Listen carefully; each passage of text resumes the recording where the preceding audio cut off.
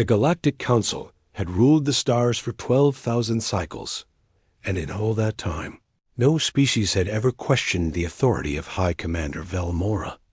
She was a being of terrible grace, her obsidian exoskeleton gleaming under the light of 1,000 conquered suns. Her 4 eyes saw through deception. Her mind calculated probabilities that defied comprehension. And her word was absolute law across 73 star systems. She instilled fear not through cruelty, but through inevitability. When Velmora decreed a planet's fate, that fate became reality. When she commanded a fleet to move, space itself seemed to bend in obedience. The council chambers, a massive sphere of crystalline technology floating in the void between galaxies, trembled with her presence. Representatives from hundreds of worlds bowed when she entered, their varied anatomies all capable of expressing the same universal emotion, terror. The humans had been a curiosity when they first achieved faster-than-light travel. Their fragile bodies seemed poorly designed for space, their lifespans laughably short, their technology crude and inefficient. The Council had granted them a small sector of space, expecting them to fade into obscurity within a few generations. They were permitted 3 worlds, a handful of trade routes, and the privilege of observing how true civilizations operated. But humans did not fade. They adapted. They thrived. They built cities on toxic worlds that killed other species in minutes. They dove into stars to harvest energy in ways that defied established physics. They laughed at danger, sang songs about death, and treated the impossible as merely inconvenient. Velmora noticed. She always noticed. When the human delegation arrived for their mandatory council appearance, she expected the usual, stammering apologies for some minor treaty violation, requests for extended trade permissions, perhaps a desperate plea for protection from the krill pirates who raided their outer colonies. Instead, a single human walked into the chamber with the casual confidence of someone taking a morning stroll. His name was Jack Morrison, and he wore the simple gray uniform of the Earth Colonial Defense Force. No ceremonial armor, no technological enhancements, no weapons visible on his person. He stood barely 2 meters tall, would live perhaps 100 cycles if fortunate, and possessed none of the natural advantages that made other species formidable. By every measurable standard, he was insignificant. He looked directly at Velmora and smiled. The council gasped. 7 representatives fainted. The Threen ambassador, a being of pure energy, flickered and nearly dispersed in shock. No one looked at the High Commander directly. No one smiled in her presence. These were laws as fundamental as gravity. Velmora's 4 eyes narrowed. "You are the human representative?" "I am," Jack replied, his voice carrying clearly through the chamber despite its modest volume. "Jack Morrison, speaking for Earth and her colonies." "You will address me with proper titles and protocols," Velmora stated, her voice resonating like thunder across mountains. "You will lower your gaze and assume the supplication posture." Jack tilted his head slightly, still smiling.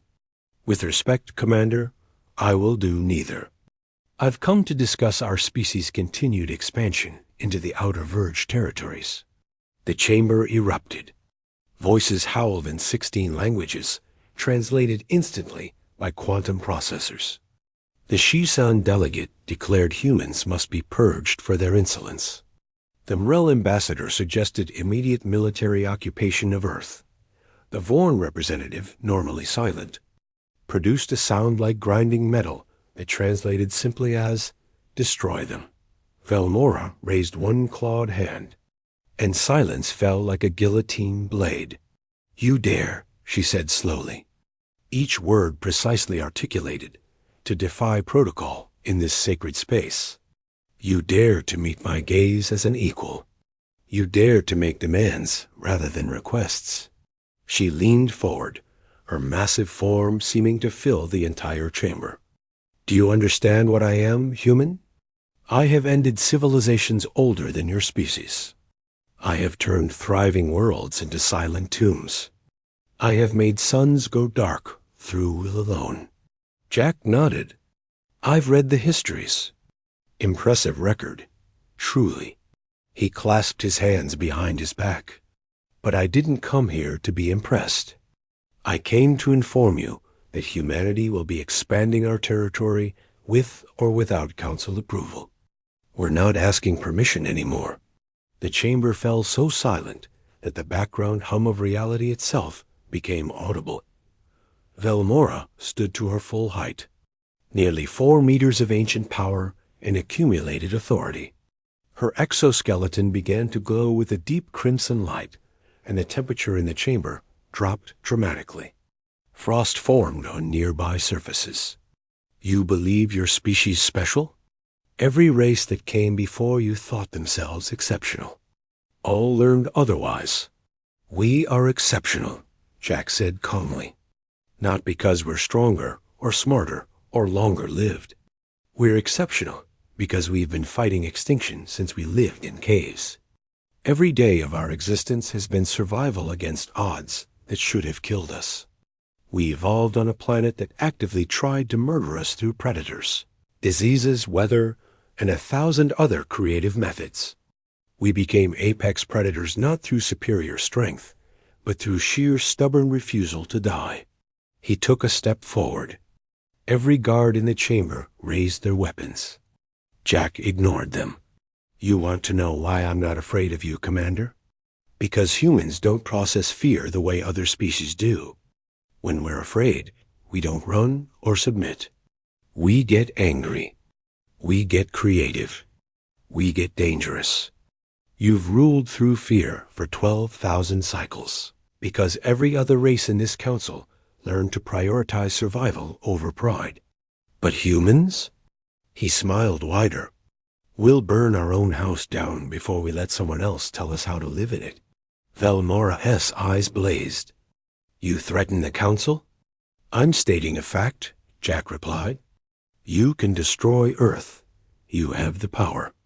But we have 47 colonies you don't know about, hidden across regions you've never properly surveyed because you deemed them uninhabitable. We have soldiers who trained in gravity wells that would crush most species. We have pilots who fly through asteroid fields for entertainment. We have scientists who solve problems by blowing them up and studying the aftermath. He gestured around the chamber. Every species here earned their place through conquest or diplomacy or ancient treaties. We're earning ours through being too stubborn to quit. You can kill us, but you can't make us obey. And frankly, Commander, I don't think you want to fight a war against an enemy that considers dying for their cause an acceptable outcome. The silence stretched. Velmora's claws tapped against her command throne, a rhythmic sound like a countdown to apocalypse. Jack stood motionless, his expression pleasant, his posture relaxed. He looked like a man waiting for a bus rather than facing potential annihilation. Finally, Velmora spoke, her voice quiet but carrying absolute certainty. I could have you executed where you stand. I could order Earth burned to bedrock. I could scatter your species across the void as a lesson to others. You could, Jack agreed, but you won't. And why would I show such mercy? Jack's smile faded, replaced by an expression of complete seriousness. Because you're not stupid, Commander. You've ruled for 12,000 cycles, not through random violence, but through calculated strategy. You maintain order by being predictable, absolute, and fair within your framework. If you destroy humanity for seeking the same expansion rights you granted to dozens of other species, you reveal that your system is based solely on power, not principle. And the moment these other species realize that, your entire authority structure collapses. He met her four-eyed gaze without flinching. We're not defying you because we're arrogant.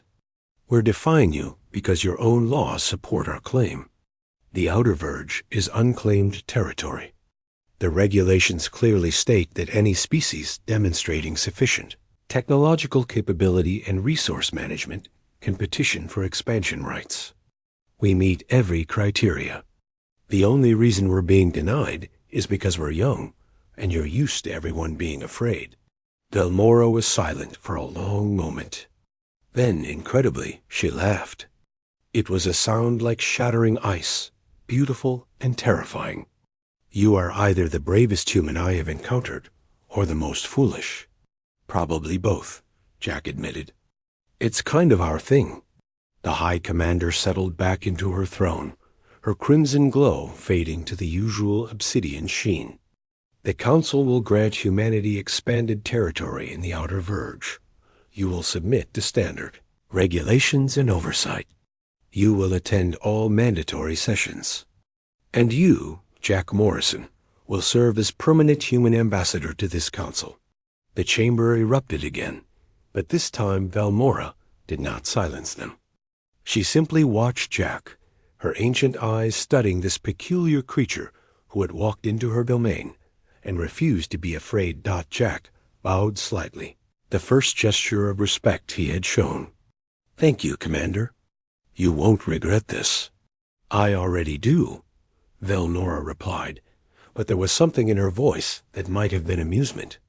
"Dismissed. All of you." As the chamber emptied, Jack turned to leave. Velmora's voice stopped him. Human, he looked back. "You were correct about one thing. I am not stupid, but neither am I merciful. I granted your request because your species shows promise. Do not make me regret demonstrating wisdom instead of power." Jack nodded. "Understood. For what it's worth, Commander, I think the galaxy is better off with you."